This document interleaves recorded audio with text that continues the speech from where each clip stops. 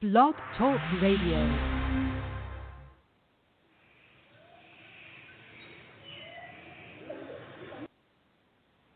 Hello, everyone. I'd like to welcome all of you back to Ohio Exopolitics. I'm your host, Mark Snyder. I'm going to have an election wrap-up kind of show this evening, just playing clips. I probably won't say much of anything. I'm going to sit back and enjoy it, hopefully just the way you will. It's been a crazy ride, and I just put together a bunch of clips, starting with a Jeff Rense show. I think I'll play a fair amount of this show. It's Jeff Rense, Preston James, and Dr. Jim Fetzer. So here we go, election wrap-up. Not just guesswork, facts. The woman is the biggest criminal in modern American political history at this level of the game. Period. No one has come close. It's grotesque what she has done. And that's the truth. I think you're spot on, Jeff, that she has a history of criminality that extends back 30 or 40 years. And, you know, it covers such a range of offenses from, you know, going after the women that her husband had sexually abused, to slaughtering millions of people in Libya, to you know, hanging out Chris Stevens, who wanted to make sure Stinger missiles didn't get hands of rebels in Syria so they could shoot down. She basically allowed him to be murdered. So she's an accessory to murder in his death, in my opinion. Yeah, well, I think interdicting, you know, the convoy from Muammar Gaddafi when he's going to surrender at a location specified by the Department of State, and having him brutally murdered, castrated, and sodomized with a bayonet. She laughed. The woman. She's a sadistic person, Jeff. Well, this goes hand in hand, Preston, with the whole issue of the cult, satanic cult. This is not human behavior. It's Luciferian. It's evil. It's the black side. It's not something you can just dust off. These people are involved with that lifestyle. It's more than a lifestyle. It's a belief system. We now know, thanks to Julian Assange, through the emails, and we've done the research. And look at Podesta's hands. Who mutilated his hands, and for what reason? Well, Jeff, you've known about the satanic cult connection with the high politics in America for years. Your website's had articles on it for many years. In fact, I think you were the first one to ever cover any of these stories. And the bottom line is it's much worse than we all thought. You knew it was bad. I knew it was bad. But now, because of these leaked emails, who no one has said they're false, we know it's much, much worse than we ever thought. The Clintons today, or I should say yesterday, they wore purple. Bill wore a purple tie, and she wore That's purple ritual colors, folks. Ritual That's stuff. Wicca death curses. She put a death. We're putting death curses on the American voters for not putting them first and getting them in office, and death curses on the winners. This is all ritualistic stuff. And I got news for them. Good luck, because none of it's going to work. God has stepped on. There's a higher power than Satan, and I said it on election night, and I say it again. I wouldn't be in any way surprised if there was some kind of divine intervention here to help us find our way back. Let me dissect this thing about flipping these states a step or two more. Yeah. If you were to flip New Hampshire, Michigan, and Arizona, and there's no good reason to think that that's the case. I mean, you know, this is just thinking hypothetically or counterfactually. If Hillary were to win the combined 31 electoral votes from those states, then in order to have 269 to match the Donald's 269, you still got to take away 10 more votes, which are supposed to be those of Wisconsin, and give them to Hillary. I mean, this just shows how ridiculous this is. Or you blackmail or bribe or threaten other electors. That would be the other way to do it. No, it's not the electors, Jeff. They're trying to manipulate the actual vote count. Now, here, this guy's name is Max Kuttner, Kutner. And I tell you, it's obvious to me from reading this article, he's a CIA stooge. I don't have any doubt about it. Mm-hmm. They're citing this other guy AP analyst Michael McDonald, who teaches political science at the University of Florida and runs the United States Elections Project, an election statistics website, says he is skeptical that Trump won Wisconsin. Well, why in God's name is he skeptical? There's no reason to be skeptical. I can read off the votes from every I remember in this. Wisconsin. This guy's been a player for years. I know who you mean. It's just completely ridiculous, Jeff. Yeah. Completely ridiculous. And moreover, if it flips into Congress has to settle it, which has happened a couple of times, the House is dominated by Republicans. And if it came down to Paul Ryan, what? He thinks that Paul Ryan would support Hillary Clinton? I mean, this is absolutely absurd. Do we get a special prosecutor, Jim? Either Jim. I think we will. I believe. You see, there was an extended conversation with Obama.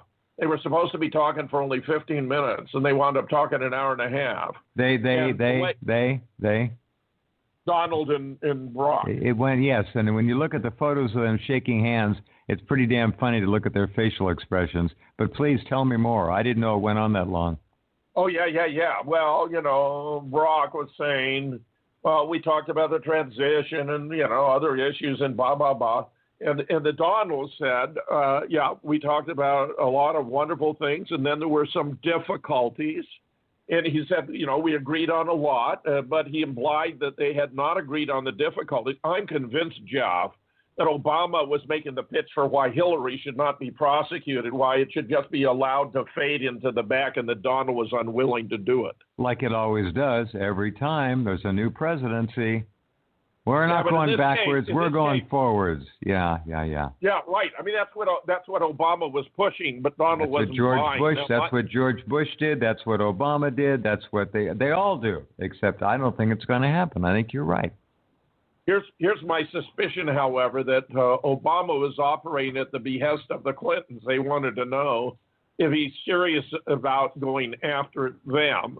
And they were going to be unhappy with what Obama would tell them. And my suspicion would be then they're going to put out a hit on the Donald. And the best cover for a hit on the Donald is all of these riots and protests, which appear to be George Soros inspired. So you got them going, all over the country. They got signs that are the same at these many different disparate riots, Jeff, implying they came from a common source.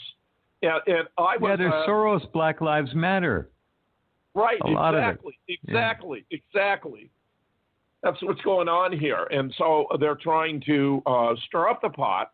And, there have been tweets about, won't somebody please get a sniper rifle and take this guy out? I mean, there's a lot of it out there. There's been a lot of talk about that. Exactly. I think the Secret Service has to set some examples. I think you got to find somebody who tweeted something like that and prosecute him, make it a big deal, arrest him, put him in the paper so people get the idea. You know what? Let me say this. Here's what I think. I think they ought to have at least one Donald Trump double already standing by and put him in service. I think I saw him on Saturday Night Live. Mm-hmm. Alec Baldwin was around. No, I don't watch that stuff. Okay. No, he actually, they did a lot of lampooning, and Alec Baldwin was brilliant satirizing Trump. It was hilarious. Uh-huh. Well, Preston, how many of these Hollywood celebrities are going to move out of the country now? Can you spell zero? They all threaten to, but here's the thing. I'd like your comments, Jeff and Jim, on the recent Zero Hedge article that the head of the Clinton Foundation, the big ISIS slush fund, that was set up to set up an arm. What is this guy in FBI custody or not? I don't know. I read the story. I don't know. Eric Braverman, I think his name is. Yeah, if that's true, that's a horrendous story. That's a huge story. Well, the other story is the arms dealer who was involved apparently in the Chris Stevens arms to ISIS, named Mark Turi, is supposedly dead. Wow. So if he's dead, there's another body. Yeah, maybe there's a chance they're saying he's dead and put him into a witness protection program too. So I don't know. Did you hear anything about that? there's a whole other line of rubbish that I attribute to the CIA that's appeared in an article on Veterans Today, where Jim Dean and Gordon Duff are claiming that there's a missing 10 million votes are missing. See, they compare what Obama got with 69,498,516 with Hillary is only 59,612,76. So they claim that because Trump and McCain were virtually the same, at 59.4 and 59.9, that there's a missing 10. But this 10 million votes, that's just because the enthusiasm gap. I mean, this is just rubbish. I can't believe this kind of stuff appears in a journal I used to think was responsible. Going back to the story real quick, this Braverman and Mark Turi, did you send that to me, Jim? I mean, Preston? Who sent that to me? Yeah, I did. I think I sent it to you too, Jim. And it really kind of caught me off guard. I hadn't heard anything about it. And I thought, if this is true, then it means these rumors about a complete split in the FBI are true. And then there's another story somewhere that said that they took an office in Cleveland or something and brought a bunch of agents in and turned a task force into it. Now, why to go after the foundation? Why would they do it in Cleveland of all places? It's interesting. And we also didn't hear anything to speak of the 5 people who were shot in Seattle last night.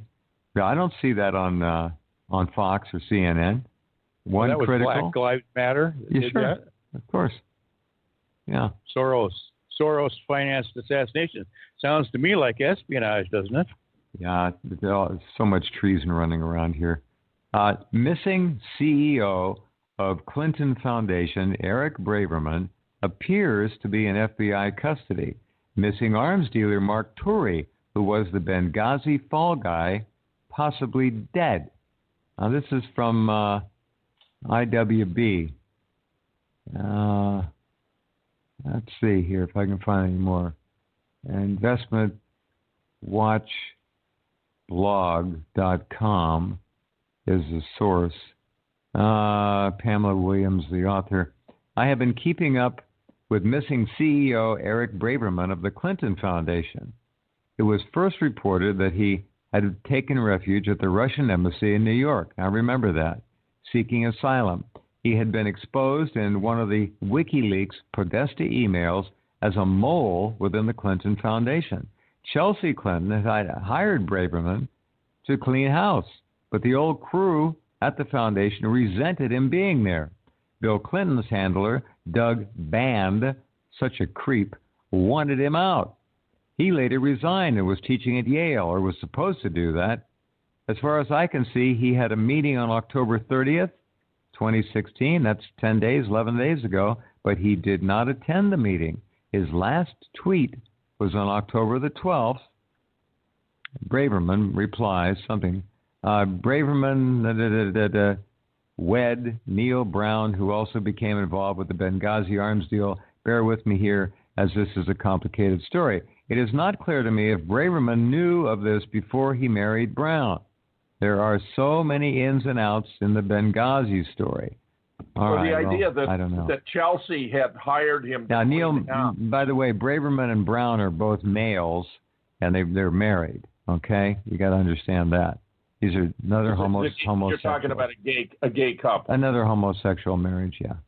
Well, the idea that Chelsea had hired Braverman to clean house, but that he was actually turned out to be a mole within the Clinton Foundation. Yeah. I mean, that puts him in a precarious position. I mean, he would be in fear of loss of her lives. I mean, people who piss off Hillary have a very abbreviated lifespan. Did you see what Podesta wrote about Chelsea?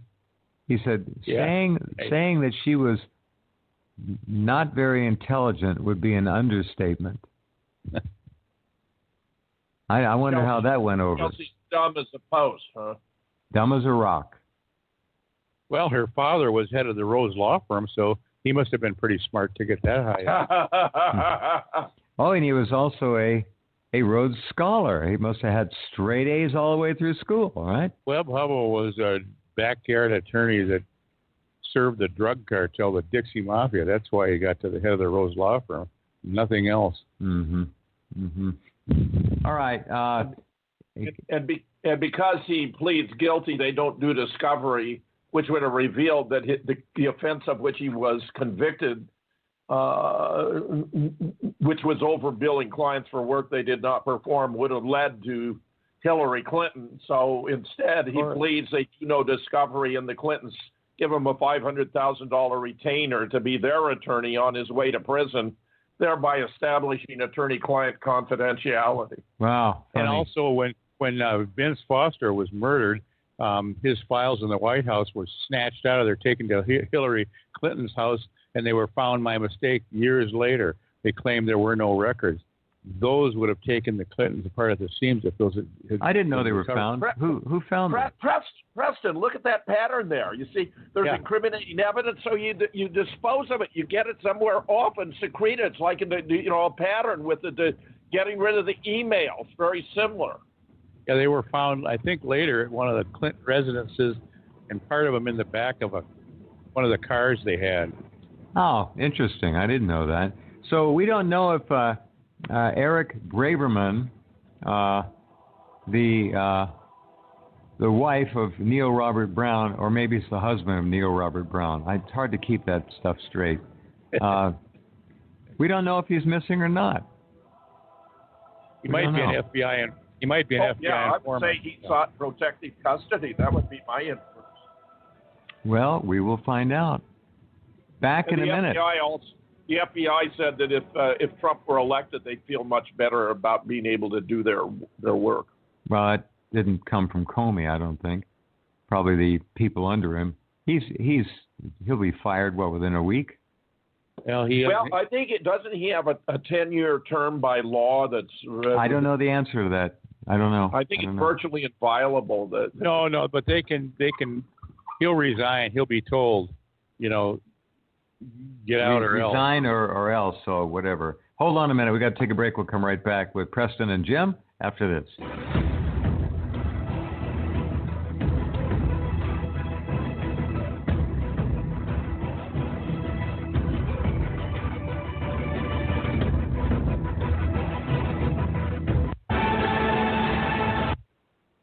And so profound, it's almost reminiscent of what I remember reading about the run-up to the American Civil War. You got families split, you got brother against brother, sister against husband against wife, and these things are not going to go away. I have compassion for women who were hoping, it's a rather superficial way to look at things, hoping to get a woman in the White House. They hitched their wagon to the wrong bitch. And they got waylaid. That's the truth. Had it been a good woman, I think they probably would have won. But they've got to look at this realistically and objectively. This doesn't close the door on a woman candidate for president. It opens the door for real American patriot women to get involved. And they'll be given every opportunity. Look at Elizabeth Warren. I mean, that flapping her gums, she's gotten a tremendous amount of airtime. And if somebody can say something intelligent as a female, they're going to get a hell of a free ride to a lot of good places in exposure. Sarah Palin, an interesting and kind of an iconic individual. I wouldn't be surprised to see her get a place in the Trump administration. Secretary of the Interior, perhaps, something like that. She loves nature and the outdoors. So I wouldn't count women out under any means. In terms of the Hillary loss, I think this was a rejection of criminality, not of gender. What do you think? 2 points, Jeff. One, in relation to the media, which went all in for Hillary. There's a wonderful article by Tyler Durden and Zero Hedge, which includes this paragraph. It's midnight in America. CNN is weeping. MSNBC is wailing. ABC calls it a tantrum. NBC damns it. It wasn't supposed to happen. The same machine that crushed the American people for 2 straight terms, the massive government corporation and nonprofits that ran the country, was set to win. Instead, the people stood in front of the machine. They blocked it with their bodies. They went to vote even though the polls told them it was useless. They mailed in their absentee ballots even while Hillary Clinton was planning her fireworks celebratory victory. She looked at the empty factories and barren farms, They drove through the early cold. They waited in line. They came home to their children to tell them they had done their best for their future. They bet on America, and they won. Nice paragraph. Nicely said. It's a wonderful article. Yeah. Now on the FBI director, I checked out his term of office. The position of FBI director is a fixed 10-year term, and the office holder cannot be reappointed unless Congress acts to allow a second appointment of the incumbent. There are no statutory conditions on the president's authority to remove the FBI director since 1972. So he can fire him tomorrow if he wants to. That's right. One director has been removed by the president. I'll tell you, another is on the way. Oh, yeah. Trump's not going to tolerate a cover-up artist who's compromised his own integrity and the reputation of the Bureau. Who the hell was Comey playing for? Can you figure it out? I mean, what was he doing? He was benefiting Hillary. He was tied with the Clinton Foundation. Remember, he was a director of one of the banks. Which one? The Singapore and whatever? HSBC. He was on the board of directors. But why would he pull that 8 days before the vote or 9 days before the vote? That doesn't still make sense. Okay, guys. Looks like we got a caller. I'm going to bring a caller on the air real quick here. 803, you are on the air. Fire away. Hello. Hey, how's it going, Mark? Who is this, Solon? Yeah, this is Solon. How you doing, buddy? Pretty good. I see you're playing some type of clip about the election here. Yeah, I got a whole bunch of them. That was a particular one I liked a lot from the Jeff French show with Dr. Preston James and Dr. Jim Fetzer.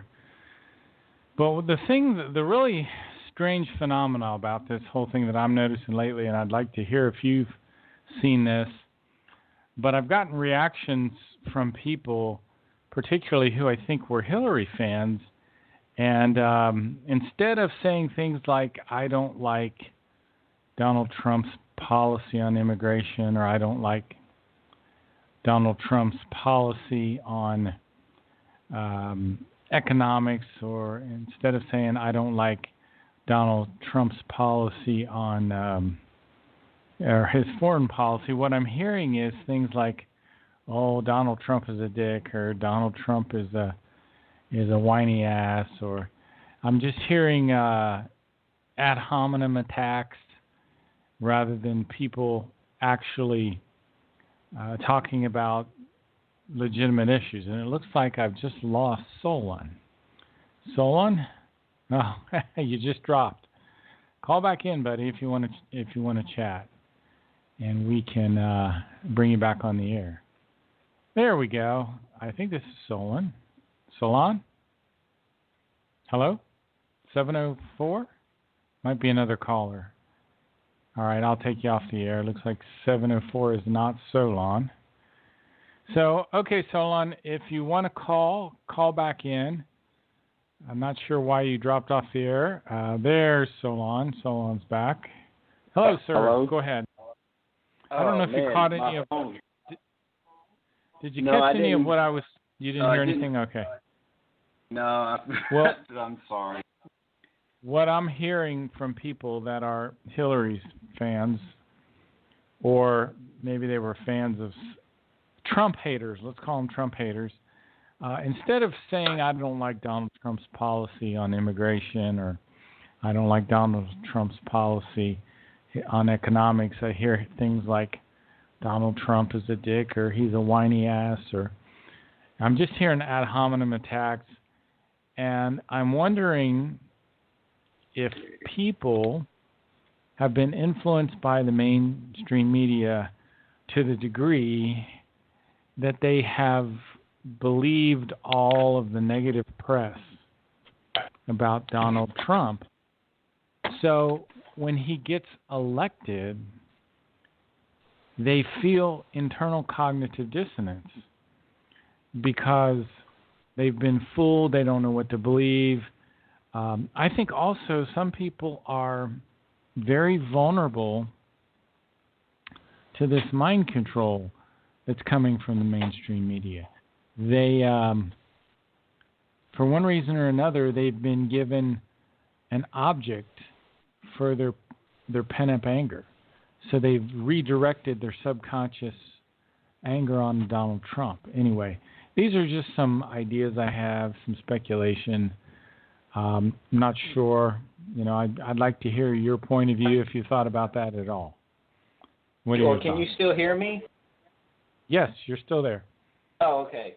All right. I'm sorry. This phone is so buggy. I never thought about that. Yeah, I guess you could say a lot of people.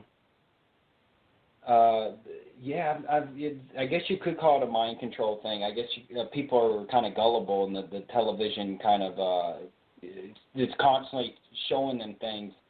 I've had very similar things when it comes to like video games.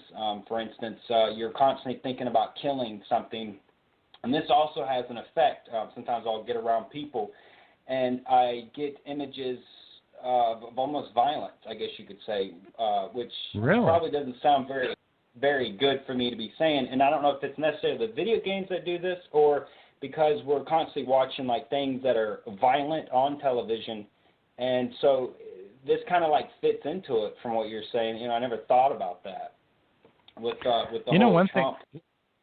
One thing I do, I notice this in myself. If I'm tired and I'm attracted to watching YouTube videos, before long I'm watching Steven Seagal take some people out.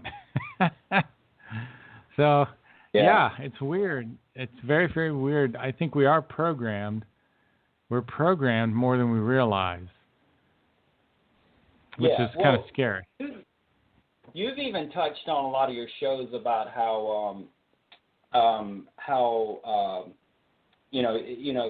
what you think, how tremendous the thoughts are, and the power behind them, and we're sitting there watching that, and the biggest thing I had about movies is that you're having real feelings when you're watching these things. When you watch the superhero win, you're excited, or you watch him get hurt, you're worried about him. You're having real feelings, even though what you're seeing is not real at all, but it is very real to the body or to yourself. Yeah, that's a good point. And a lot of the power of our thoughts comes from subconscious and unconscious thoughts. And what I've been trying to do more and more is really keep watching myself. Am I thinking neutrally? Am I neutral right now? And I keep asking myself that all the time.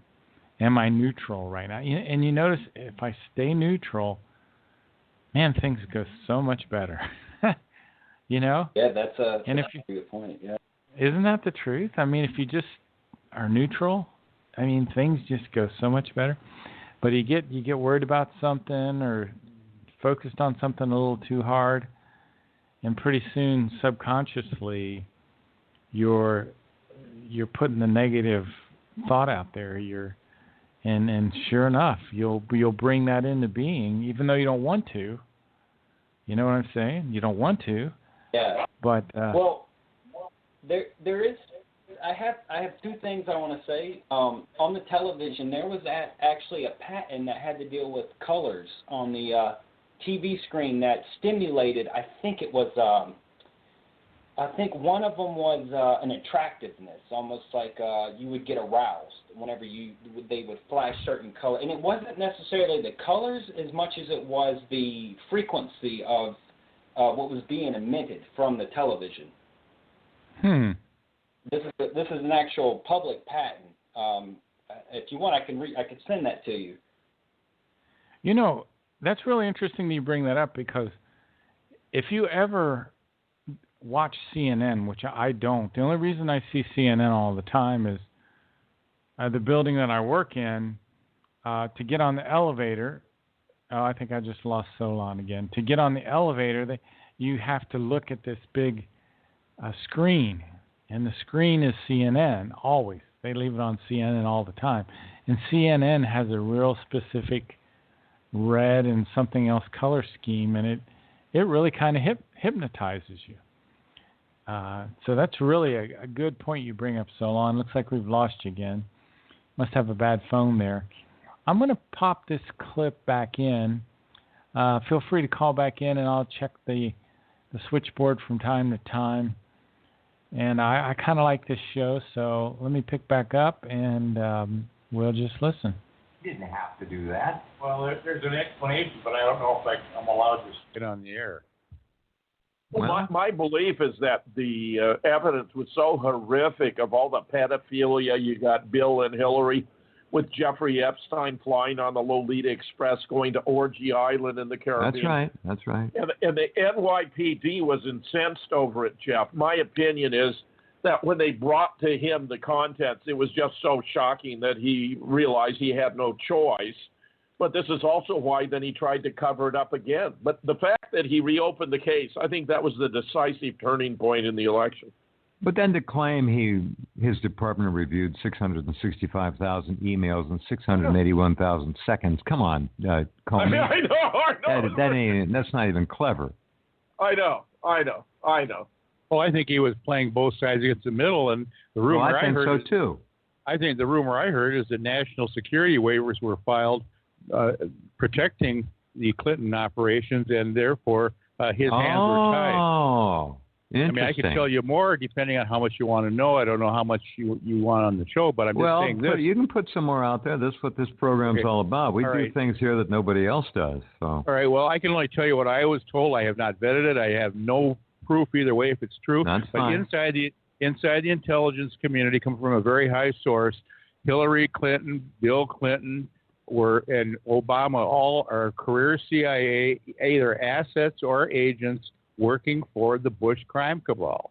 And George Herbert Walker Bush was the case officer, Hillary and Bill, and they set up the email system as a leaking device to generate tainted intel to mislead the Chinese, especially, and the Russians and other countries, Germany and Europe and whatever, so that 80% of it was fairly, harmless intel, but true, and the other 20% was tainted, and they put names in there of agents that they wanted to get rid of that weren't useful to the globalists.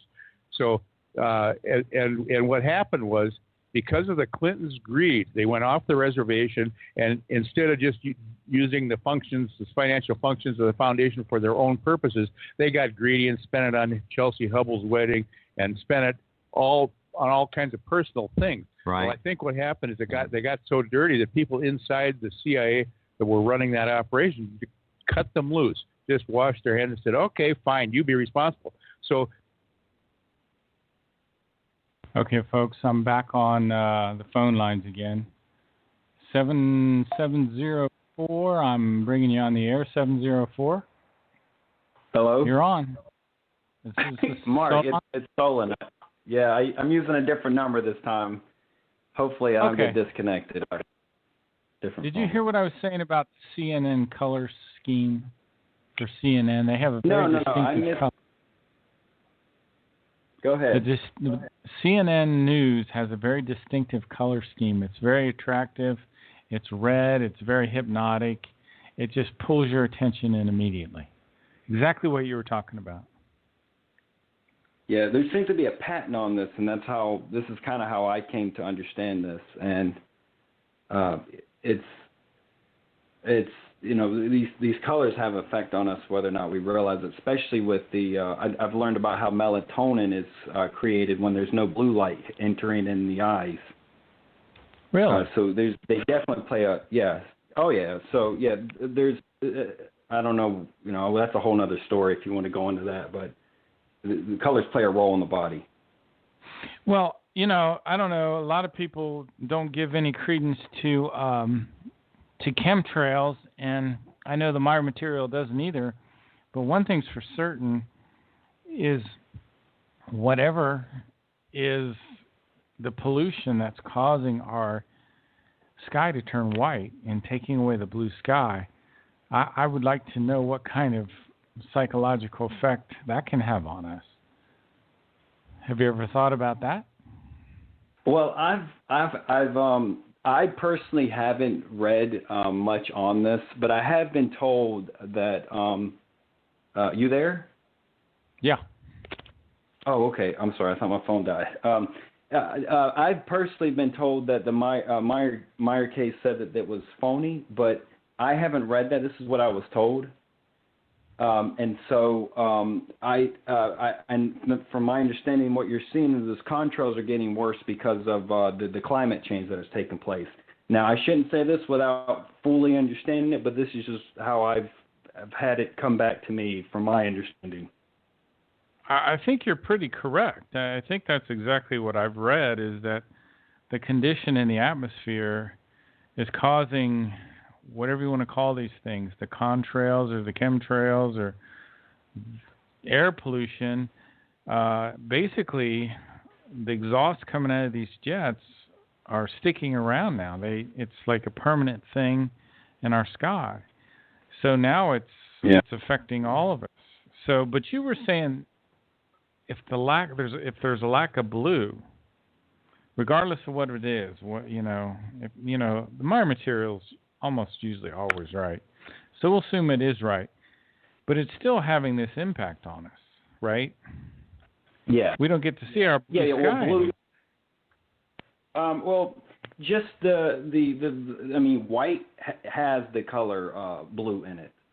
Typically when we put a light bulb into our fans, they're very bright white, and this is what I mean. Not necessarily the blue sky, which I think is generated because of our atmosphere, which I could always be wrong about as well, but that's what I mean.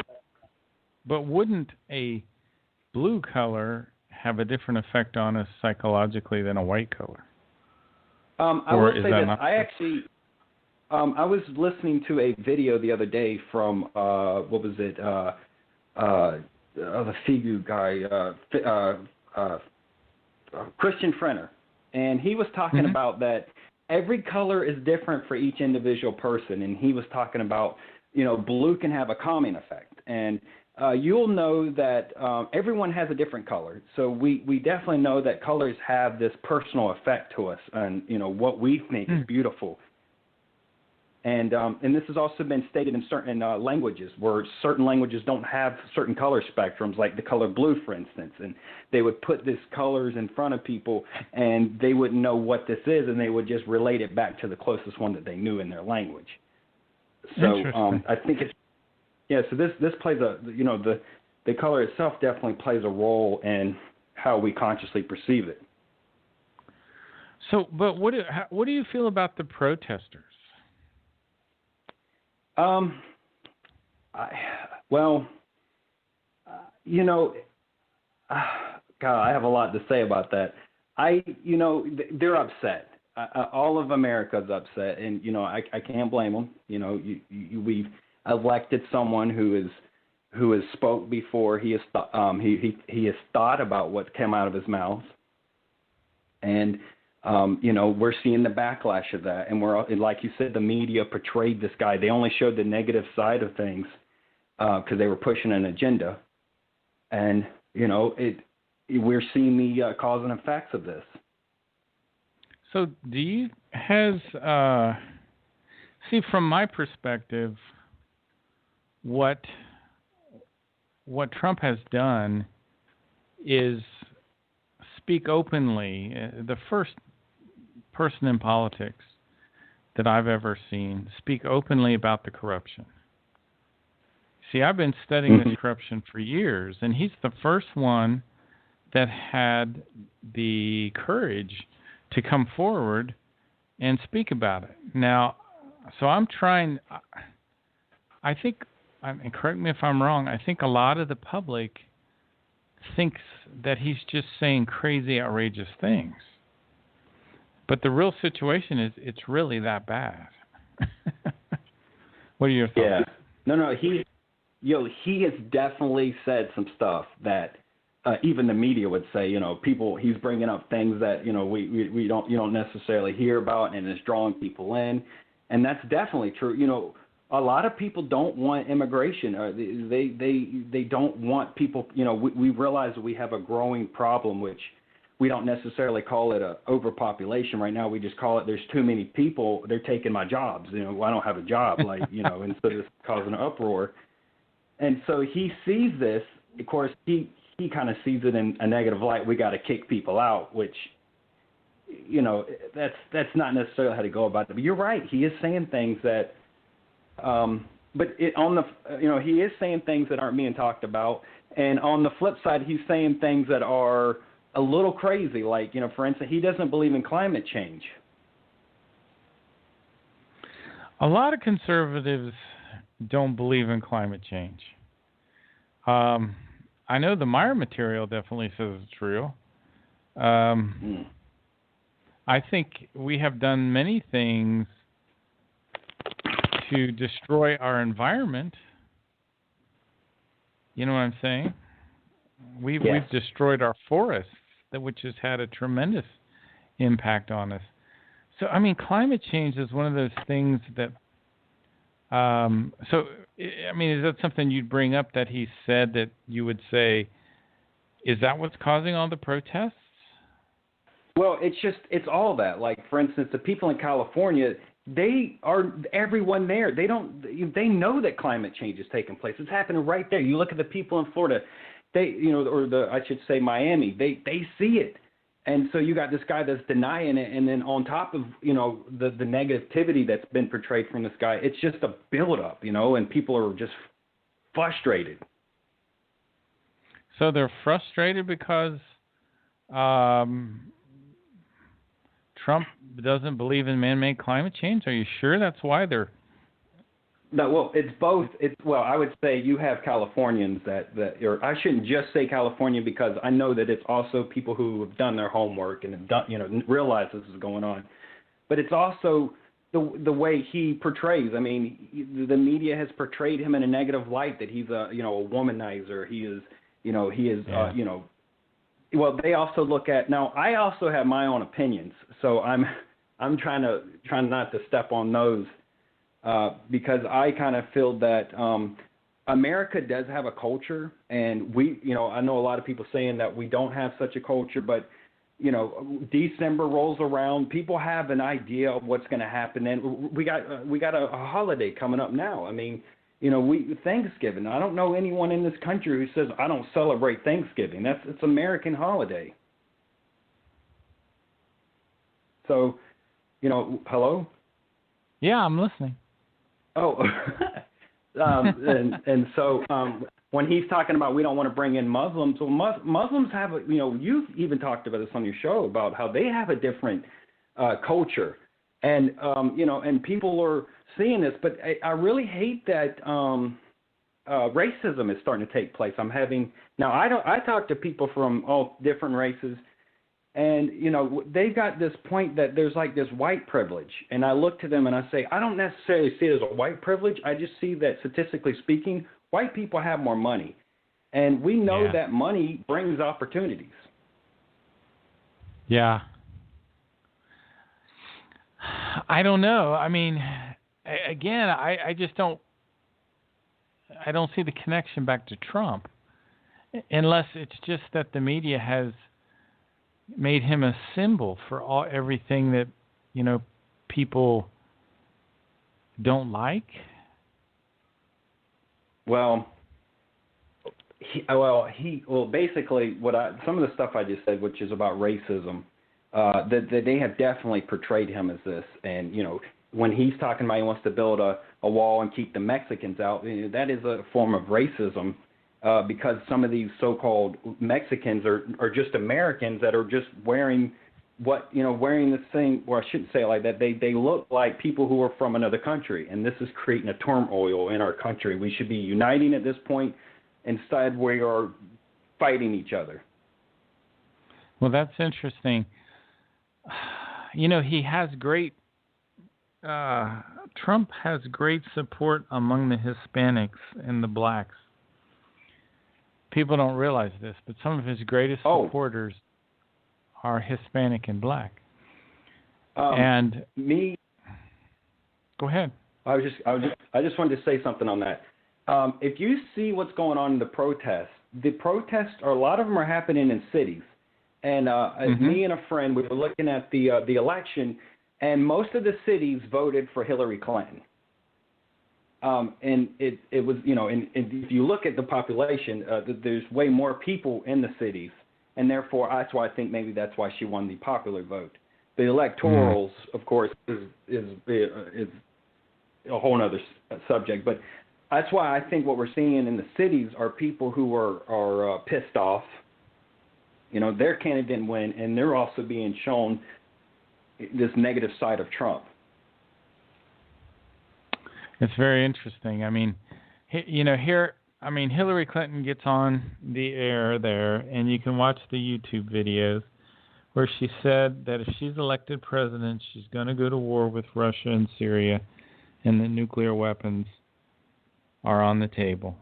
I mean, here is a woman that's going to, and she admits it, is willing to bring us into thermonuclear war, global thermonuclear war. I just breathe a sigh of relief that our country may have gained a couple more years. To me, it's stunning. There's just something not right here, man. And I don't think it's, there are intelligent people in these groups that are protesting too. So I think there's something else going on here. I don't know how it all works, but it seems like there's something that's triggering these people. It's almost like mind control or something. Well, I don't know. There was something else that was quite interesting in that they were showing a lot of this. I think it was either WikiLeaks that came out or somebody else that came out and talked about that Hillary Clinton was hiring people to go sabotage the Republican the Republican convention, the meetings for Trump. Right. And if you ever go back and watch some of the videos, of course, you see a lot of the people jumping people who are wearing Trump stuff, and then they were doing crazy stuff to try to stop a lot of the Trump things, and the media got on board and was showing how these people were trying to stop this monster. Yeah, they actually have. They did some undercover work too, where they actually brought people into the DNC, and they have these insiders, and they have filmed them. People that work for the DNC saying, "Yeah, we're going to send people out to the Trump rallies and have them start fights," and this whole thing. Have you seen any of those? For that. Yeah. I remember seeing that guy. I wish I remembered his name now. Oh, yeah, I remember watching that. Yeah, and he was talking about yeah, that's right. I forgot about that, too. So have you also seen the things about the spirit, what they call spirit cooking? No. Is this like the rituals? Yeah. They're really dark. Wasn't it it was Alex Jones that went inside that Gravian. I forgot the name of it now. Well, yeah. That's the Bohemian Grove. But in this case, what they somehow again they filmed one of the higher up DNC people, and they're in this room, spreading around. They have a bucket full of pig's blood and like semen and breast milk, and they're spreading it on the walls, and they're throwing it on these like wooden effigies of babies, and it's just really sick stuff, man. I don't know. Have you seen that film yet? No, and I don't want to. That sounds like that would disturb my psyche. I couldn't watch very long. I mentioned it in my show with Daniel Cooper. Yes. Yeah. I think he had very similar reaction actually, that he couldn't watch very much of it. Yeah, I couldn't watch it. Which, by the way, that guy was amazing. I want to tell you something. His framework that he says to me was like the best example of logic. Oh yeah. He's brilliant. I mean, that guy's really smart. I was impressed. Yeah, he was great. I'm really glad. I hope to have him back on sometime and talk a little bit more about his framework. I mean, how brilliant to be able to think of. I never thought of it in those terms. You know? Yeah. Everything about the Meyer case, where it's located, when it occurred, everything is so predetermined and planned ahead of time, and it had to be like that. It's like, totally amazing stuff. Yeah, I mean, it's quite interesting because if you really think about like how, you know, the creation in itself works, it works off those laws in which, you know, or we'll just say these logics. And, you know, when he was saying that, I was like, man, you know, I was like, this guy knew something before, you know, I realized this was even an existent thing. He really did some incredible work there to come up with that. And he hadn't even read any of the Meyer material. Yeah. Well, it does seem like he is learning German, though, so he's probably read a lot more, you know. Well, now he's read a lot of the Meyer material, but before he came up with his system, he hadn't even discovered it yet. Yeah. Yeah, I mean, what my understanding was, his system helped him find the Meyer material. Yeah. Yeah, definitely. And it seems like it was another person that kind of impulsed him, I believe, to look into it as well. But he had already done so much logic to find this. It was quite amazing. I was so glad to hear him say that. Actually, it was like nice. More logic than me. Well, we're all learning. I like I say, I didn't even know that word. You know, I don't think we all called. I kind of look at we look at common sense or critical thinking, the same, you know, the same piece of working of as logic is what logic is. I guess I should say. Well, let me ask you this.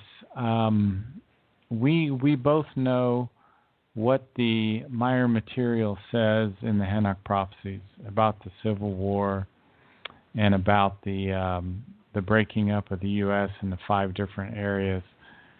Do you think we just bought a little time? No. I should be optimistic and say yes, we have, but I don't see it. We're dividing ourselves already. So you don't even think we've bought any time? As to the World War III, yes, that's probably not going to happen. But the Civil War, it was stated, and I was just reading it in Contact 554, that if our government doesn't change, it's creating this dictatorship. It's the circumstances, this about that it's doing to the people as well as other countries. This is going to happen. Contact 554. Is that up on the freedom of mankind? Future. Yeah. Is that up there now? Yeah. Yes, it is. Yeah. Tell us more about that. Well, here, I'll read it. Okay. However, that which resolves that the USA should fall into ruins indicates that under certain circumstances a dictatorship and naked Gewalt will arise, which has already begun to emerge for years. The people of the United States are taken on an ever-shortening leash, financially exploited, and everything from which profit can be made is withheld from them, for which primarily the rich and the followers, as well as those elites and governments, are responsible, who only represent their overflowing wealth, their monetary greed, and their absolute personal interest. I don't know why I couldn't find this. Okay, well, I'll read this. Okay. Well, I just want to read the last part of where it talks about the collapse, unless you don't want me to. No. This is very good. I'm glad you put that link in the chat room so I could find the. This is great. This is perfect. Go ahead. Continue. Okay, so this talks about, and I would say I'm only quoting certain parts of it because he talks about this basically ending, or I think starting in the year 2020, which would be the next election. So this is very interesting. falls now, that we realize who our president is and kind of see where we might be headed if things don't change. And I'll read this last part because this was shocking to me. And thus, with the collapse of the USA, only two possibilities can be considered, whereby with the one, it boils down to a dictatorship, which evil repels and great revolt, while the other possibility may be a new reconstruction if the people who are fundamentally conscious of their responsibilities attain government, and really do everything to bring about an effect and a valuable new start. But whether this will actually occur is currently extremely questionable, because presently a totalitarian manner, everything is directed towards interests which are economic, military, political, and cultural, as well as towards that which is strict fundamentalist, religious sectarian, and is based on enormous lies, and criminal and machinations in every imaginable regard. So I skipped some words there. There is the possibility of a new reconstruction. This is what I'm thinking, that we have a shot. We could, yeah. I mean, always a shot, right? It says right here, the other possibility may be a new reconstruction if people who are fundamentally conscious of their responsibilities attain government and really do everything to bring about an effective and valuable start. So this could be. So do you think this is Trump? Yeah, it could be. Well, here's the thing. They're all Republicans. So they're going to be able to just zoom right through whatever they want and to a law. Right. This is a good thing. So we got a shot. We got a shot. I'm not saying we're going to make it, but we got a shot. I was talking to you last night about Bubba Vanga, and I know you're trying to be optimistic, and I would say even Billy in that contact note was being very optimistic. Mm-hmm. But the problem is that sometimes us human beings learn the hard way. It sucks. And one thing that Bubba Vanga said, which is her next prophecy, I guess you could say, which was for 2018. And this is what really it's bad because it stays in the back of my mind. It says the exploiters will be the exploiter. The exploiters will be the exploited. And if you look today, China owns so much of our debt, so much so that they're buying up, like water properties and stuff in America. Mm-hmm. What happens when this country is owned by a whole other country? What rights do we have or privileges do we have at that point? The other big thing that China has bought up is they bought up all the Hollywood studios. Did you know that? Oh, I did not know that.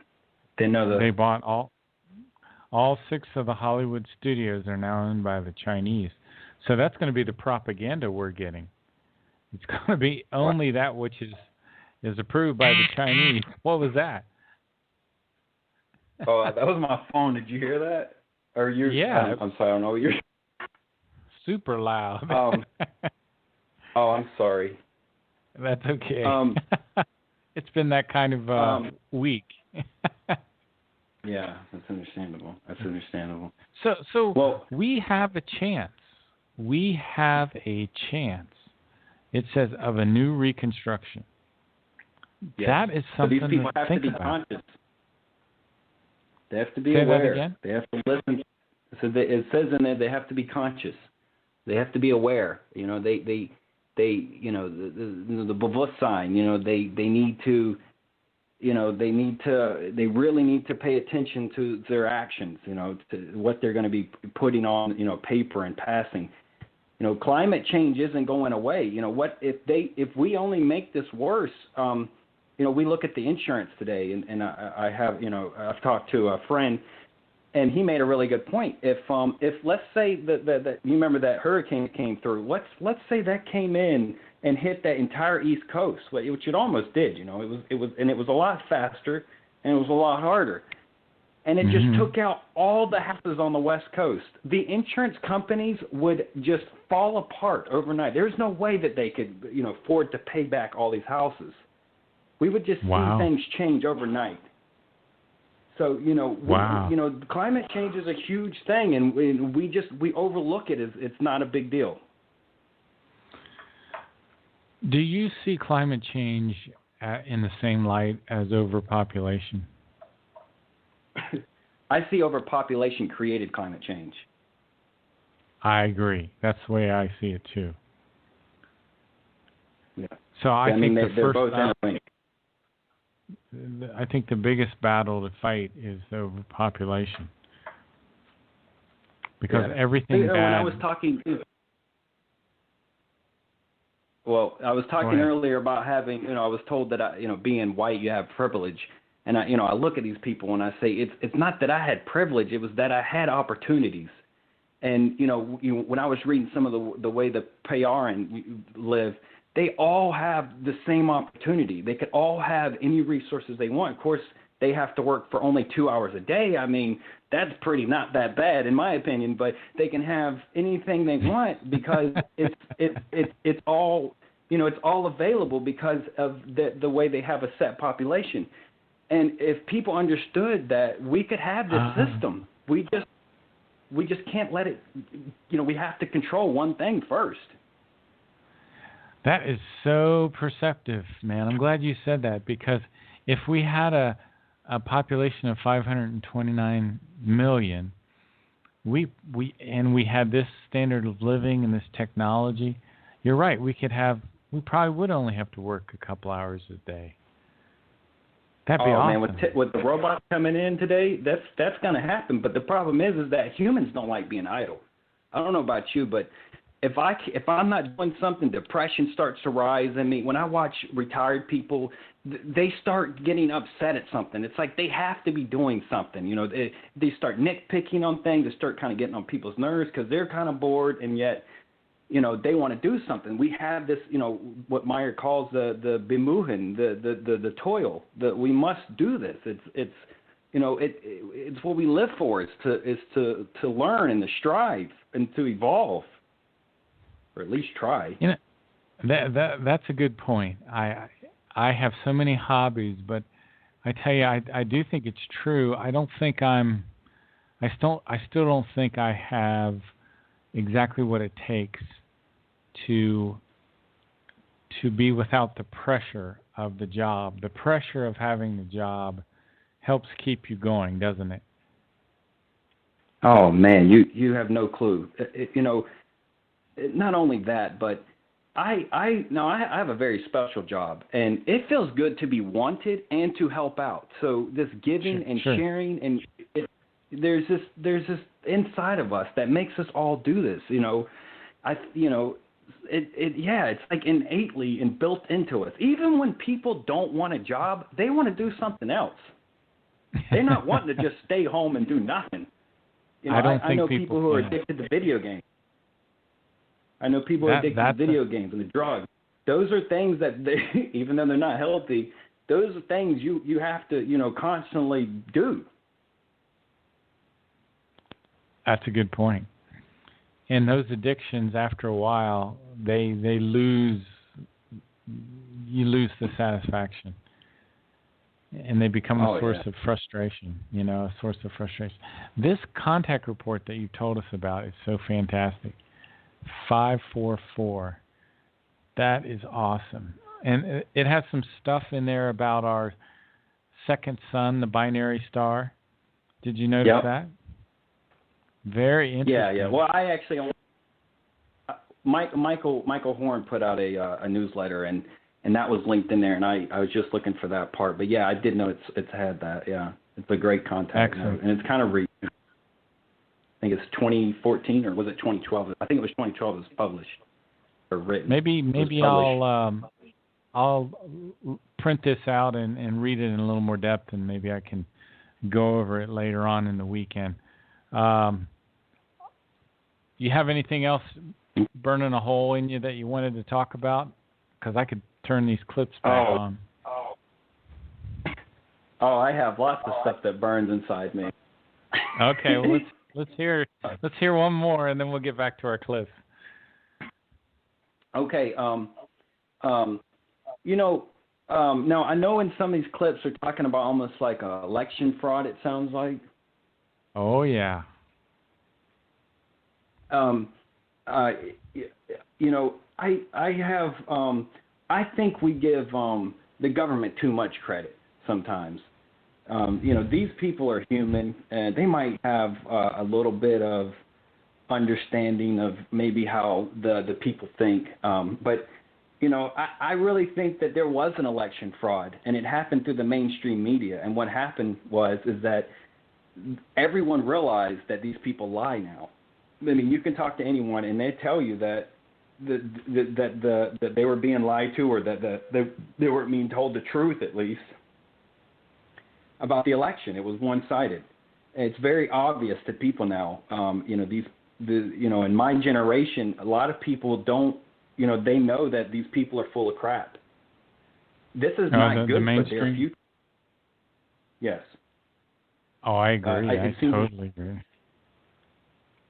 Yeah, and so, we're going to start seeing certain power grabs because these people don't want to lose control. I mean, when you look at Hillary Clinton, why would she want to run? This woman has money. I mean, she, lots of money. She wants power.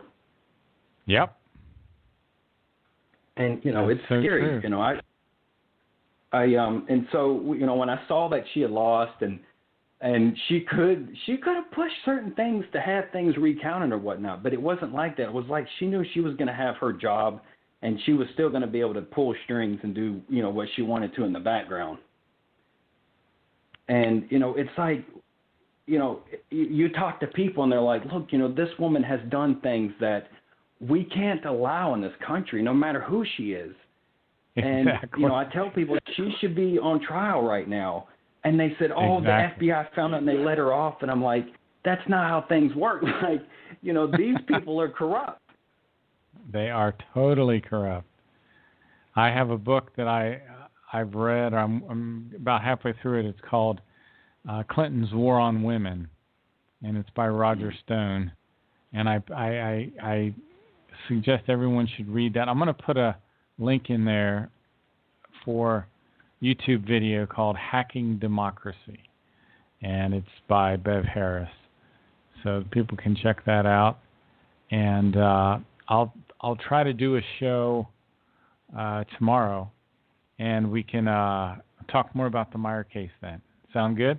Sounds great. All right, buddy. I'm going to put on our little clips and let them play away. Thanks for calling in. Thanks for having me, Mark. All righty. Here we go, folks. Always appreciate it when so long calls. So let's listen some more. Here we go. The national security waivers will only protect them from federal crime, and if Obama pardons them, he can only pardon them from federal crime. Now, he cannot pardon them from state crimes. The problem they have is that the Clinton Foundation is located in New York City, and I don't know if you've heard this or not, but there's big RICO laws in the state of New York. I don't know if every state has them, but I can tell you that almost every state has them, and New York has some really tough ones that mimic the federal laws. And so because Hillary's functions of padding their own pockets did not fall under these national security waivers that were fired, they're basically out in the cold on this, and nobody's going to protect him or help him. So that's why Hillary wired $1.85 billion to a Mideast country that has no extradition, and that's why Obama bought a $4.5 million house in a Mideast country that has no extradition, because both of them are very afraid now, and they're trying to make deals and everything else, and who knows what's going to happen. But Hillary is extremely at risk now, and there are rumors inside the FBI that have been verified by former FBI, high-ranking FBI, and current FBI people that are speaking out in secret that there is a serious investigation of the Clinton Foundation. They have already turned informants. They've had informants in it for years, right from the very start, and they are now turning it on her. So whether they will go away or what's going to happen, I don't know. But let me tell you that the New York police love Donald Trump. He always treated them with respect. Yeah. He never gave them any problems. If they needed an undercover guy in his operation to go after drug dealers, whatever, he always cooperated. I've got it from a very high source that he was a stand-up guy. He always kept his word, and that is going to be tough because the New York police, on those tapes they discovered, there was Satanism, all this pedophilic crap, and they're so ticked off. If the FBI doesn't do anything, I think they told the FBI that they would set up their own grand jury and go after the Clintons themselves. And not only just the Clintons, there's hundreds of people involved in this, Sure. This is not just the Clintons. The New York police chief, one of the chiefs, said that he would personally deliver the emails to Julian Assange if the FBI wouldn't let them go. If they're going to sit on them, he says, I'm going to release them myself. I don't know how true that is, but I read it. Well, get this, Jeff, and we now have a congressman who has reported that they already have all 650,000 emails. Congress has copies of them. And to me, that's even more important because that means, they can conduct their investigations now knowing what the score is, really realizing the extent to which Hillary was lying to them during the Benghazi hearings, for example, and that Comey was covering for them and that Loretta Lynch was betraying the Department of Justice. So Watson, I believe this is a Paul Joseph Watson article, and I know he's got another video out as well. What would you expect anything less from Paul Joseph Watson? So he's got a little compilation video of the best of the liberal tears flowing following the devastating Hillary defeat. Whiny social justice warriors bawl after massive Trump victory. Do we have a photograph of this poor little guy? Can we pull this article up? Okay, so this is the compilation video. We'll go to that in a second.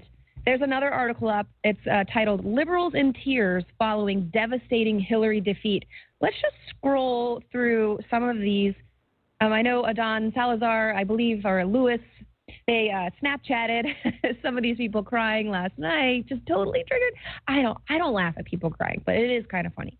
So here we go. Here's a few. If you want to go to Infowars.com/show to see this for yourself. Look at this poor little guy down here. Why is he so sad? I don't know. Why is he so frazzled? He needs to get a little comb over. Not over. He probably makes one of Donald Trump's hair. I know. Very not nice. But yeah, I mean, look at these people are so sad. They're so upset because they didn't get the opportunity to elect the first female president. Crying, and then she gives a big FU after. It kind of takes away from her. Yeah. Her sadness there. Well, see, and that's the thing is, like, I woke up this morning and there are so many people on social media, Instagram, all these sites, that they literally think that this is the coming of the apocalypse. This is a sign that it has begun with Donald Trump becoming president because they have totally bought in to this victim class status of, we deserve everything and the United States hates us and none of us belong and this is, this is racist. She might be my favorite. Sexist, white supremacy. And it's like, no, man, there's no way Trump would have won if the black voters didn't show up, if the Hispanic voters did not show up for Donald Trump. It's not just a bunch of racist white people that decided to go vote all of a sudden. It's just like, don't discount the minority votes that did show up for Trump. There were a lot of them, regardless of what the mainstream media would have you believe. How racist is that to discount all of the groups? And so racist. So racist, by the way. I don't mean to make fun of these people crying. You're absolutely right. That's not a nice thing to do. Yeah, Watson's like, yes, it is. And I will put together a lovely compilation video for you. It makes you wonder, why we wouldn't have had this reaction had our candidate lost. We would have been very concerned. We would have rolled up our sleeves and gotten to work. But this is a very dramatic response. Look at it.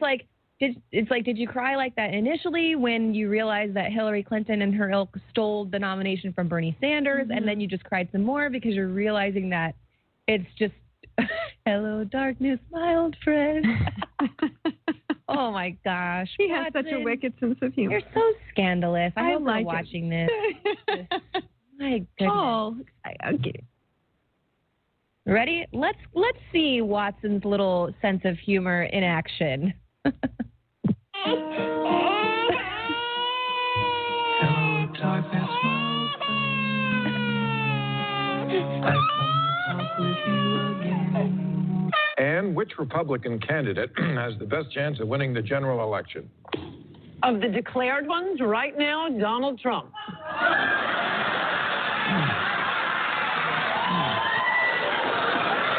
Not laughing now, are Obama you? will go down as perhaps the worst president in the history of the United States! Exclamation point at real Donald Trump.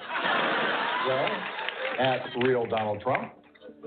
At least I will go down as a president. Oh. Can we get that mic drop on repeat? You're awake, by the way. You're not having a terrible, terrible dream. Also, you're not dead and you haven't gone to hell. This is your life now. This is our election now. I don't know. Listening to you and watch you break down is kind of hell. It has to be a joke. I do not believe this is happening. I'm literally about to fucking kill myself, and I'm not kidding. You better fucking fix this shit right now. Oh, my. I literally am going to die. I need an ambulance. I can't believe it. In her lifetime, she deserves Well, to be put the phone down, stop recording, and then call the ambulance. Aww. Well, isn't Miley planning on President Obama, Mr. Obama, I want to say thank you for everything you've done. Thank you. She's like, I'm really high right now, and it's making me emotional. You're not fucking pissed right now. What is wrong with you? What is fucking wrong with you if you're not pissed right now? Left its seeds while I was sleeping, and the vision that was planted in my brain. I continue to believe Mr. Trump will not be president. You make me laugh. Makes me want to cry. God bless you. Not my president. Not my president. Not my president. Not my president. Okay. Oh, boy. Within the sound.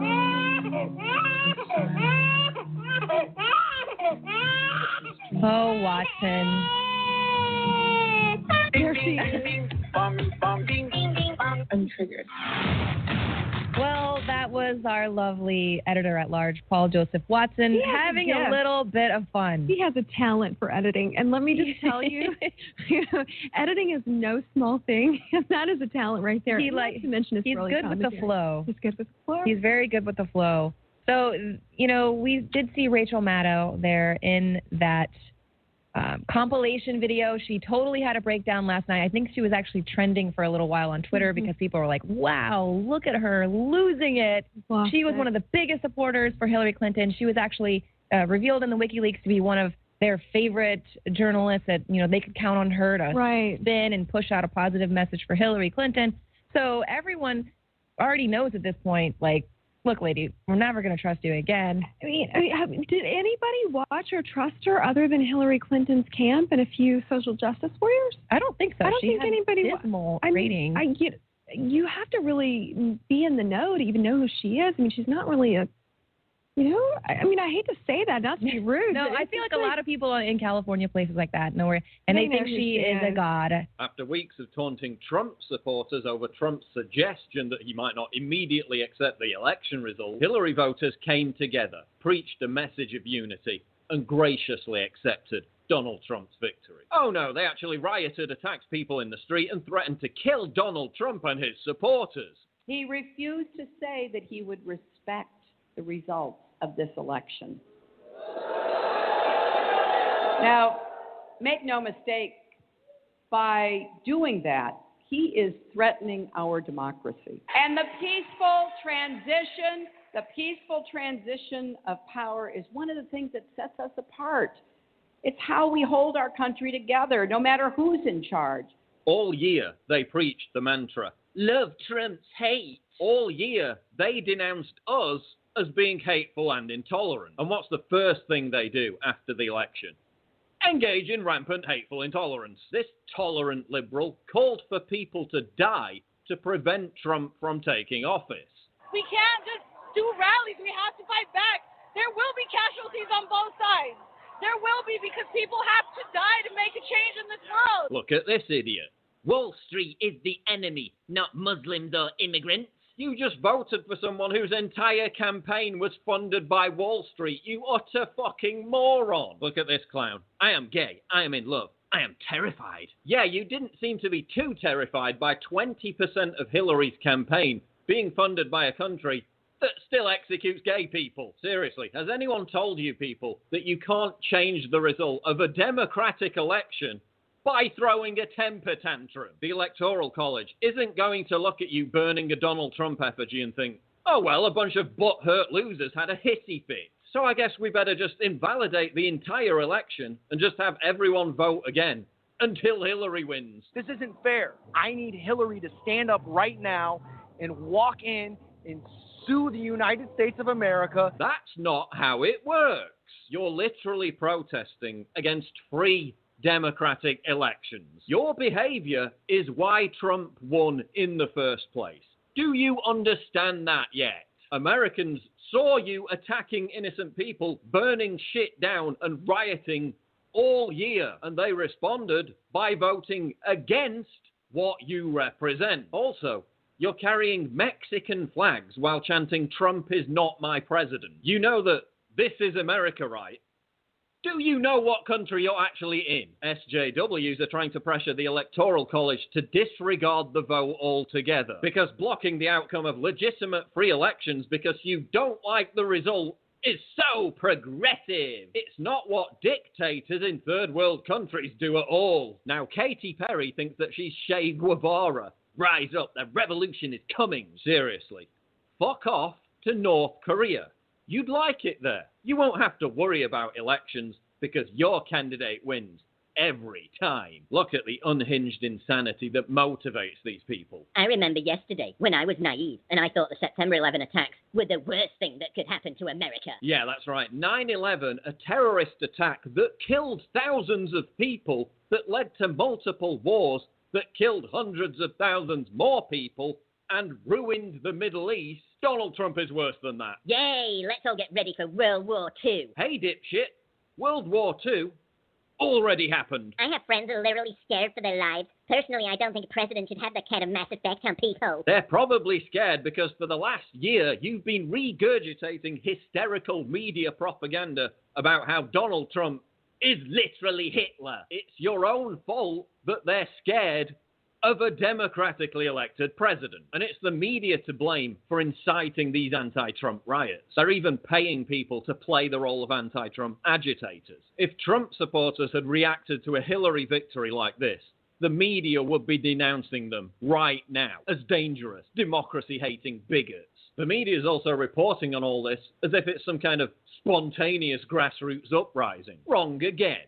It's being coordinated and paid for by billionaire globalist scumbag George Soros and MoveOn.org. In Austin, the protesters were even loaded onto special buses and transported to the scene of the demonstrations. Why is the political elite encouraging and funding all this? Because, like many of the protesters, they have complete contempt for democracy. They shudder at the very concept of ordinary people having a say in the future of their own country. Well, the people have had their say, and it's a big fuck you to everything that you stand for.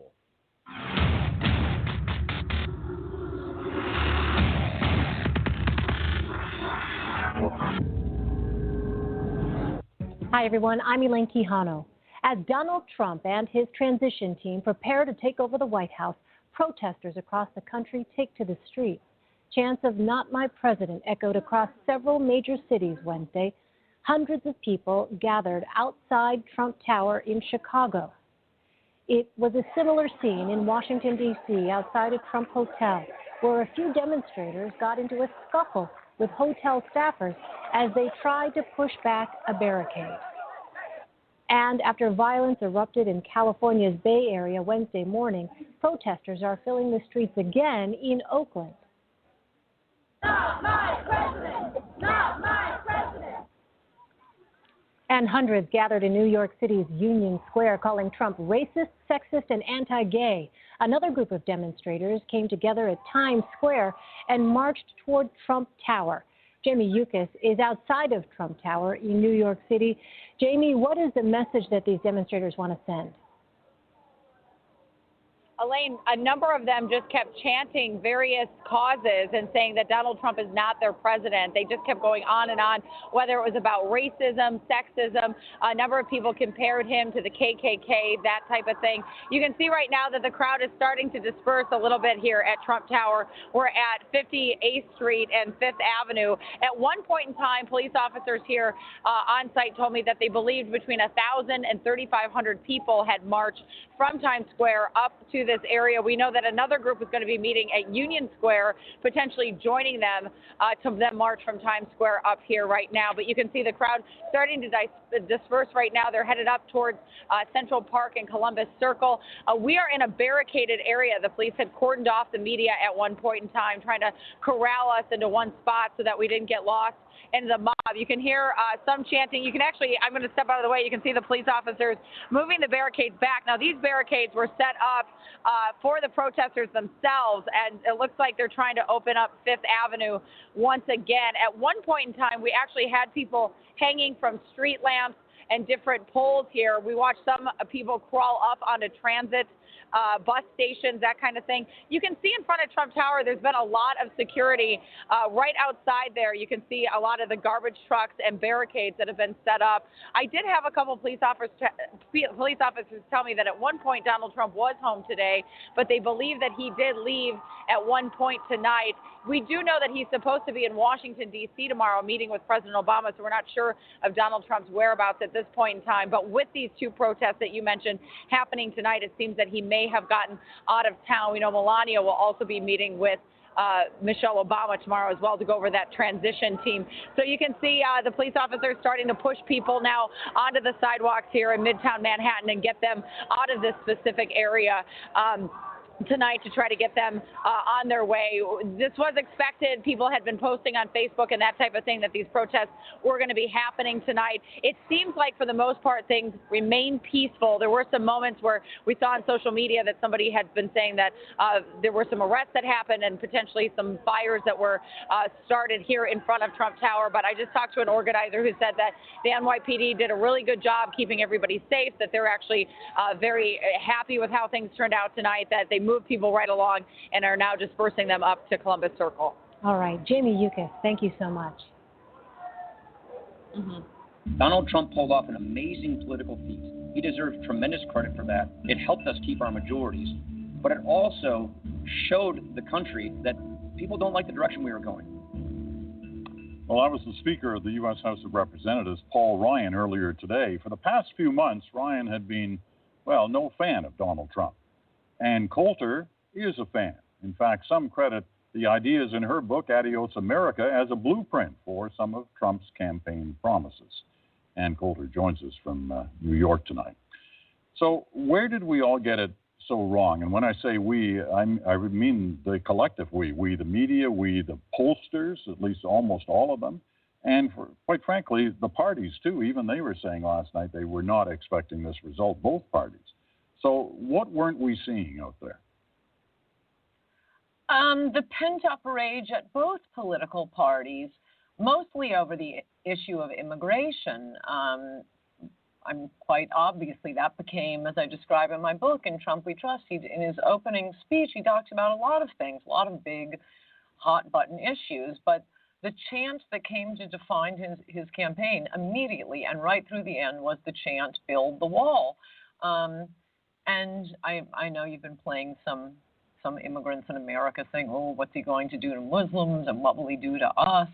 The main point is, can we think about Americans for a little while? We've been thinking about the poor illegal aliens and the poor Muslim refugees who aren't living in this country already.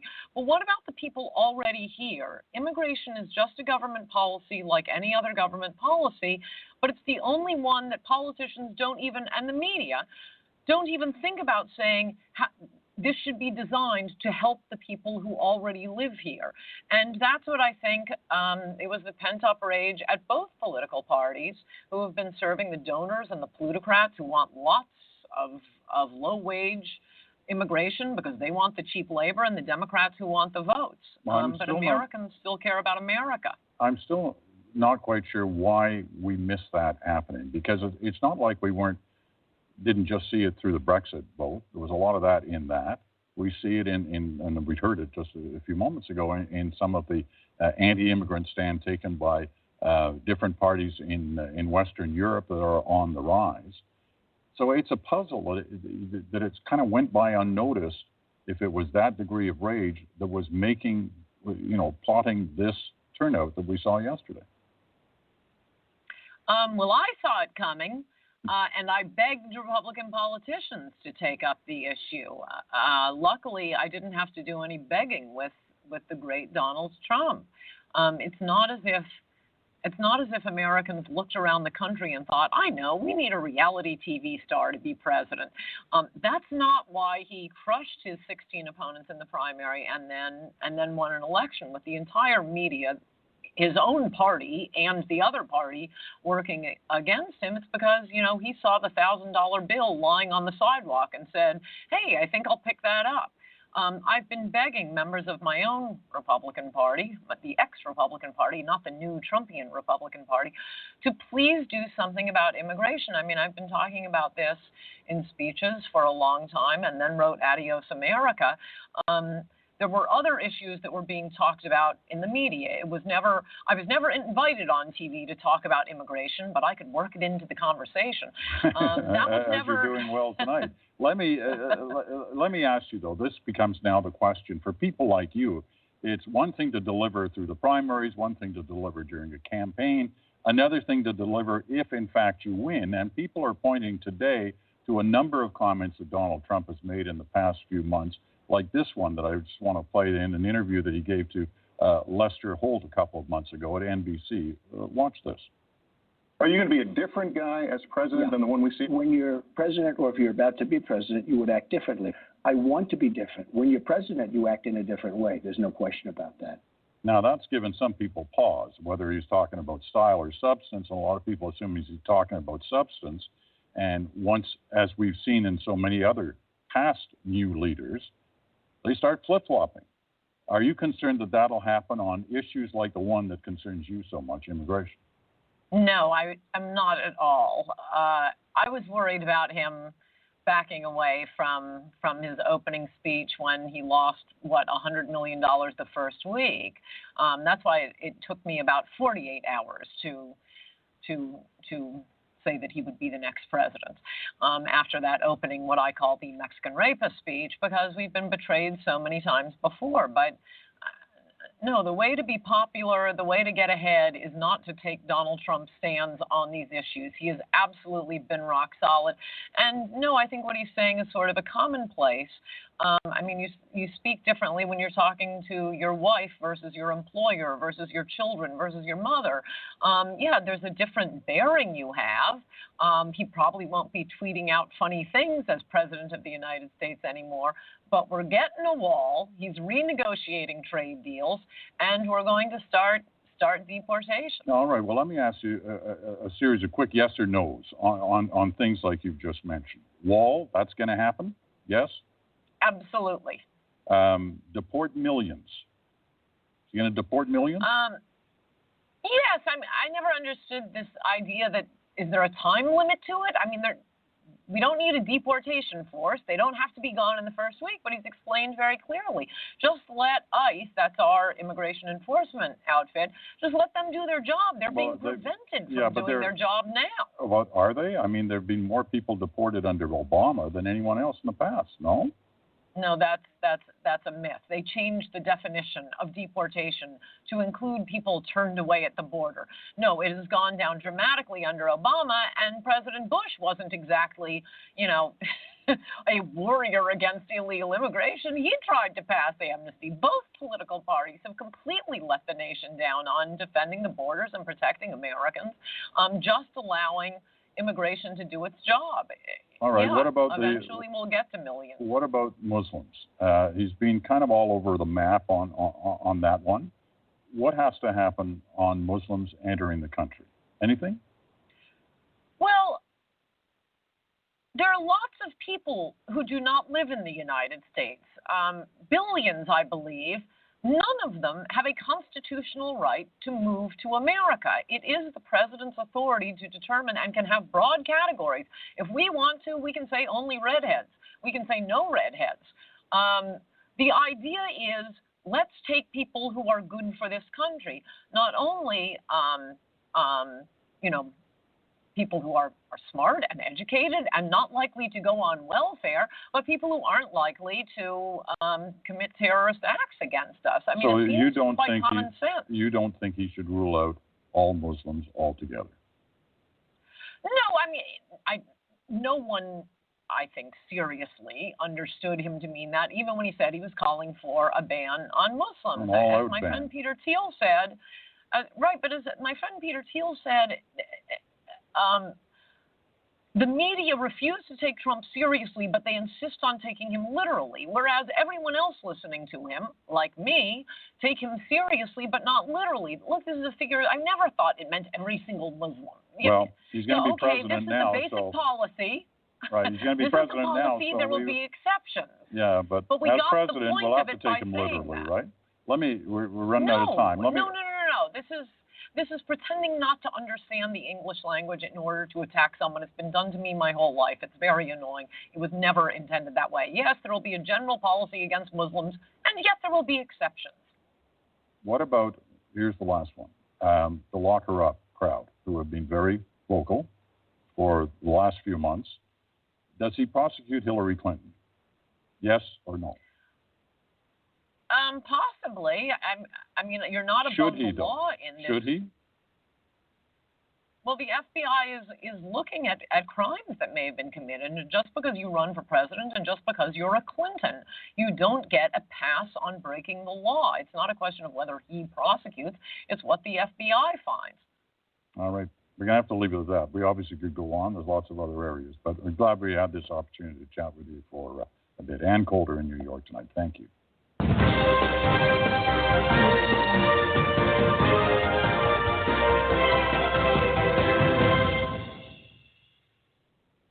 Elect is also focusing on picking his cabinet and his advisors, and on day one pledges to put his team to work. Randy Kay tonight has a look at what's on the Trump agenda. Don't expect Donald Trump to ease into his new job as president. It's going to be a very busy first day. Day one, President-elect Trump plans to take action on everything from ISIS to immigration. On day one, I'm going to begin swiftly removing criminal, illegal immigrants from this country. Trump vowing to start the process of getting rid of what he called gangs of thugs within 1 hour of taking office. The first piece of paper that I'm going to sign is we're going to get rid of these people. We are going to get rid of them day one. We start day one. Along with that, Mr. Trump also plans to start work on the wall at the southern border to keep illegal immigrants out. On day one, we will begin working on an impenetrable, physical, tall, powerful, beautiful southern border wall. Donald Trump is aiming high for those first 24 hours on the job, pledging to repeal all of what he calls Barack Obama's unconstitutional executive orders. He also plans to immediately suspend immigration from Syria and Libya and get his generals working on ISIS. We're going to convene my top generals and give them a simple instruction. They will have 30 days to submit to the Oval Office a plan for soundly and quickly defeating ISIS. Day one, Obamacare is a target too. I'm going to ask Congress to send me a bill to repeal and replace, finally, Obamacare. It's a disaster. Under Senate rules, that bill can be passed with 51 votes. 51. Meaning a Republican Congress and a Republican president can save Americans from this disaster in a single afternoon. Vice President-elect Mike Pence echoing those promises and more. He's going to repeal every single Obama executive order that's stifling jobs and growth in this economy. We're going to repeal Obamacare lock, stock, and barrel. And lastly, on day one of this administration, we're going to end the war on coal once and for all. On the first day of the Trump administration, say goodbye to some gun-free zones, too. I will get rid of gun-free zones on schools, and you have to. And on military bases, my first day, it gets signed, okay? My first day. There's no more gun-free zones. And if President-elect Trump has his way, NAFTA could go away. Day one, he plans to notify Canada and Mexico that the trade deal he calls a disaster is officially up for renegotiation. An ambitious first day for the president-elect. Randy Kay, CNN, Orlando. A lot of promises for the first day made on this campaign, no doubt about it. Back with the panel, David Gergen is joining us as well as we continue to see now demonstrations. This one outside Trump Tower in New York City. It's been moving up north through the island of Manhattan. We're also seeing their demonstration in Chicago. We're also told in Portland, Oregon, also Philadelphia as well. There you're seeing in Chicago different sizes and different places. David Axelrod, as you watch this, what goes through your mind? Well, what goes through my mind is that you reap what you sow, and the fact is that Donald Trump incited and encouraged and mobilized his base by using language and taking positions that deeply offended these people, and as Van says, frightened them as well. And so this is the result of that. I will say, though, that, and I agree, Kaylee, I agree with the president. I said it last night. We have one president at a time. If you respect democracy, then our first obligation is to try and make this work. There's also an obligation when you have principal differences to fight hard on them, and I expect that will happen as well. But I think the Democratic Party made a mistake by assuming too much about this antipathy to Donald Trump, that somehow it was enough that people were afraid of Trump, and that would mobilize the base of the Democratic Party to come out. I think you have to put some of the blame, frankly, on the candidate herself. And I have great respect for Hillary Clinton. Terribly difficult time for her. But you can't just rely on the negative argument. You've got to inspire people. And, you know, Barack Obama inspired people in a positive way to come out and vote. And the other thing I would say is you cannot ignore large swaths of the country and expect to be successful. Democrats have to find a way, as Obama did when he ran in 2008, to talk to white working class Democrats. As John knows, he carried the state of Indiana. He did very well in some of these rural areas, and he did much better than Hillary Clinton did yesterday in those rural areas in 2012. You cannot simply assume that you're going to have enough votes among your base and that you can write off swaths of the country. And we know in the general election, she did not step foot in the state of Wisconsin. There were a lot of assumptions made because of this polling that these voters were going to come home to Hillary Clinton no matter what, and that women were going to do that too because Donald Trump was making the case on gender for her. David Gergen, have you seen demonstrations like this the day after a presidential election in recent memory? No. And I think we can spend a lot of time, Democratic Party can spend a lot of time trying to figure out how to adapt to the future election. They ought to be focusing right now on this. Right. Because this could tear the country apart. And here we just had an unprecedented election, an unprecedented upset. And now we've got unprecedented protests. And what I think it demonstrates, what it sends home to us, is that the divisions of a very, very poisonous campaign will not disappear with 3 or 4 nice speeches of unity. It's going to take a lot of work to reweave the fabric. So how does that happen, Van? Because that is, that if anything is to work, no matter what you think of Donald Trump or whatever you think of Hillary Clinton, he's the president of the United States and going to be the president of the United States, and this country has to move forward. It does have to move forward. This is my view, and I'm tired, and I apologize if I was too hot earlier.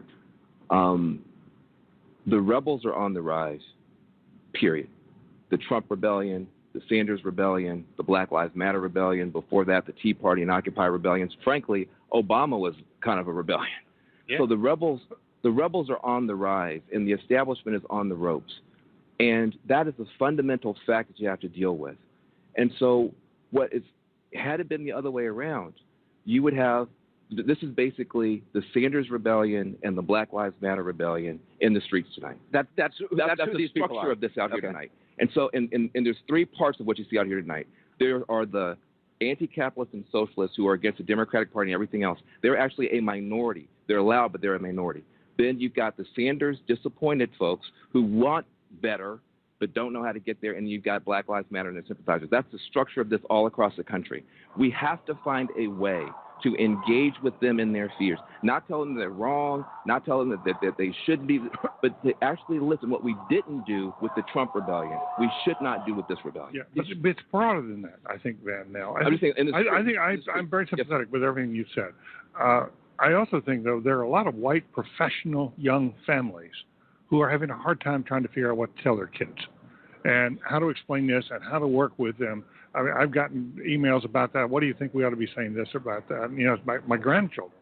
And I think this is a very difficult conversation in which we can't just expect Donald Trump to do this alone. Other people have to be constructive here, too, in order to create a new environment, a community that feels more inclusive.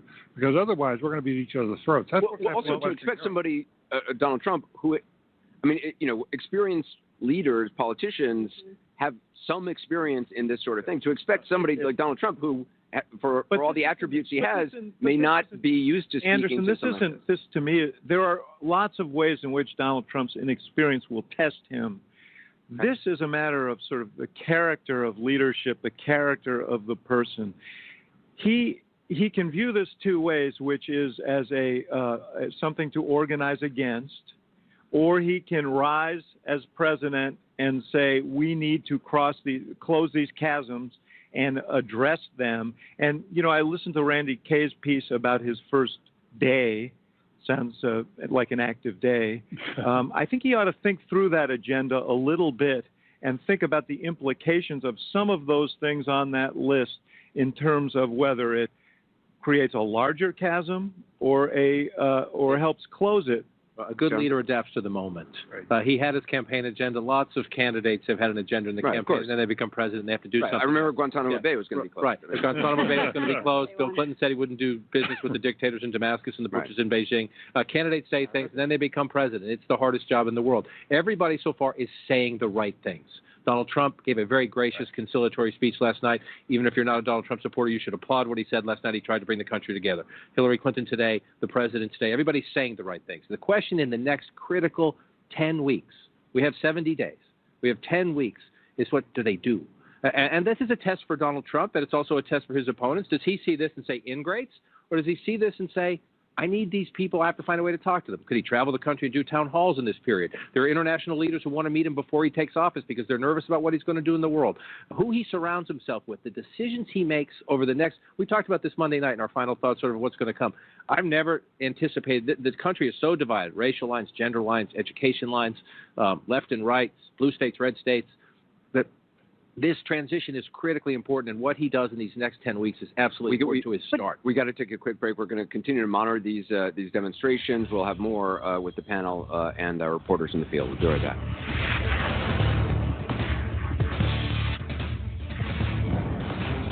Ladies and gentlemen, I've been sitting on the internet today looking at all the violence being done in the streets against Trump voters in the schools, in the streets, the rhetoric that we're seeing coming out of the anti-Trump protest, literally burning the American flag, vandalizing, looting businesses, things that have nothing to do really with Trump.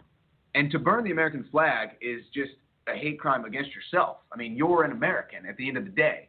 So I'm not really sure what that accomplishes. But I realized something watching this and trying to figure out the psychology. What is driving these emotions? What is driving these actions? Now, of course, we know that this is being fomented by the mainstream media. We know that it's being fomented by the rhetoric in the past that's come out of Obama's mouth, Michelle, Barack, and Hillary Clinton, as well with their media constituents. But I had a greater thought come upon me just now. What we're actually witnessing here can be analyzed psychologically. Imagine if you have a dangerous, wild, crazed animal, okay, that's out of control. Think about it. What happens? If you got a crazed animal at the zoo, what do the zookeepers do? Well, they have to corner that animal to trap it, to try to sedate it. And then what is usually the final action before that animal goes down? The most crazy, violent, obscure behavior ever, just basically going wild. That's what we're witnessing right here. The Trump election has put the globalists into a corner. The American people electing Donald Trump has now cornered the globalists, so they're freaking out. So now the psychology is trickling down to the minions who are also in that corner with them. Their entire way of life is being threatened now, folks. They can no longer bitch and whine about everything and get their way. They're no longer going to be justified when they spew false narratives or spew hypocrisy in their hate speech. So what we're actually witnessing here is the people that hate Trump, who are the minions of the globalist brainwashing, being backed into a corner. And so that's why we're seeing this behavior, folks. It doesn't matter that they know that they're clearly hypocrites, that they clearly have a double standard where if, for example, the video I covered earlier of a black girl beating a white girl in a high school, we don't even know what her punishment is. They won't talk about it. They don't want to be PC. But think about this. If it was the exact opposite, it would be huge news. It would be all over the mainstream news. But why isn't it? Because the globalists are in a corner, folks, just like their minions. We have them scared. We have them trapped. We cannot back down now. We cannot give up now. The reason these protesters are freaking out because they know their way of life is coming to an end. No longer are we going to kowtow to false narratives. No longer are we going to kowtow to them bitching and moaning about everything and then getting their way. This is the end of the liberal dominance in our culture. This is the renaissance of true Americana, and the reason why they're freaking out is because they realize it and they've been backed into a corner. So the biggest thing we can do now is to stay strong, stay vigilant, do not give any ground to these people. We need to cement ourselves where we're at right now and move forward. Because let me tell you something, the next move after they freak out is they're done, and they know it. This is Owen Schroyer from Infowars.com. Well, folks, I know the show's been a little different this evening. I had some clips that I've been meaning to play for quite some time. I appreciate everyone stopping by, and we'll be back on tomorrow evening with a little more Ohio Exopolitics. Have a good evening. Thanks. Bye.